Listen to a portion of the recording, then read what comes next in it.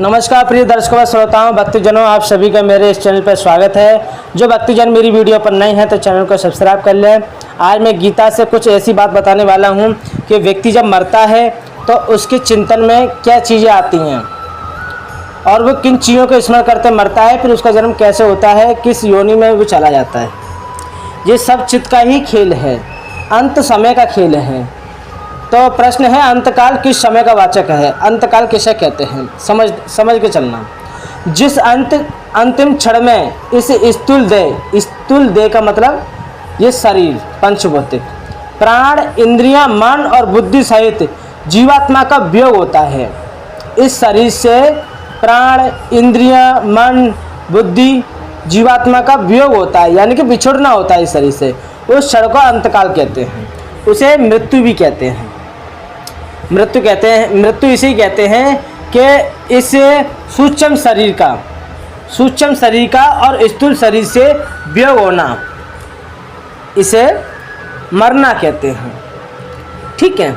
और उत्तर है, मनुष्य अंतकाल में जिस भाव का स्मरण करता हुआ शरीर त्याग करता है वह उसी भावित हो जाता है, भाव को प्राप्त हो जाता है। ये सिद्धांत तो ठीक है, परंतु अंतकाल में किस भाव का स्मरण क्यों होता है ये बतलाने के लिए भगवान सदा तद्भावित कहते हैं। अर्थात अंतकाल में प्राय उसी भाव का स्मरण होता है जिस भाव से चित्त सदा भावित होता रहता है।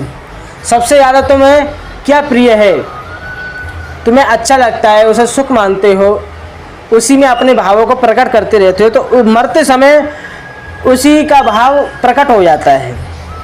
जैसे वेद लोग किसी औषधि में बार बार किसी भी रस की भावना दे देकर उस रस को भावित कर लेते हैं, वैसे ही पूर्व संस्कार जो हमारी आदतें हैं, संग, वातावरण, आसक्ति, कामना, भय, अध्ययन आदि के प्रभाव से मनुष्य जिस भाव का बार बार चिंतन करता है वह उसी से भावित हो जाता है। सदा शब्द से भगवान ने यह निरंतर निर्देश किया है कि अभिप्राय यह है कि जीवन में सदा सर्वदा बार बार दीर्घ काल तक जिस भाव का अधिक चिंतन किया जाता है उसी का दृढ़ अभ्यास हो जाता है।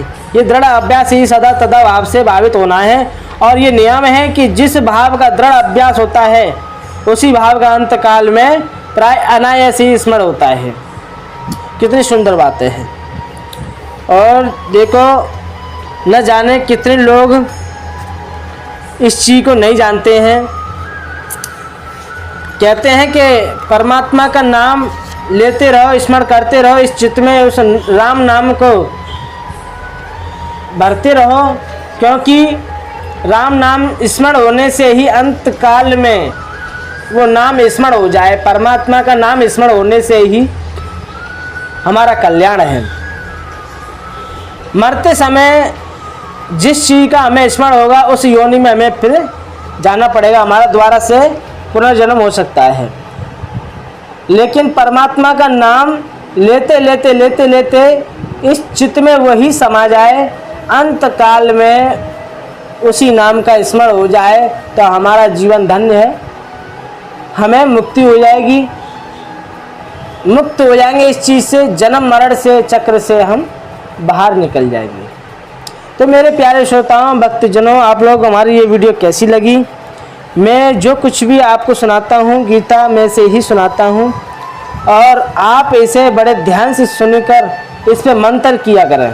मंथन करने से क्या होता है कि उस शब्द की गहराई तक पहुँच जाते हैं, उसमें से एक शब्द के कई शब्द हमें मिल जाते हैं देखने को। तो मेरे प्यारे श्रोताओं, भक्तजनों, आप सभी को मेरा बारंबार प्रणाम है और ऐसे ही वीडियो आपको देखने को मिलती रहेगी। जय श्री कृष्ण।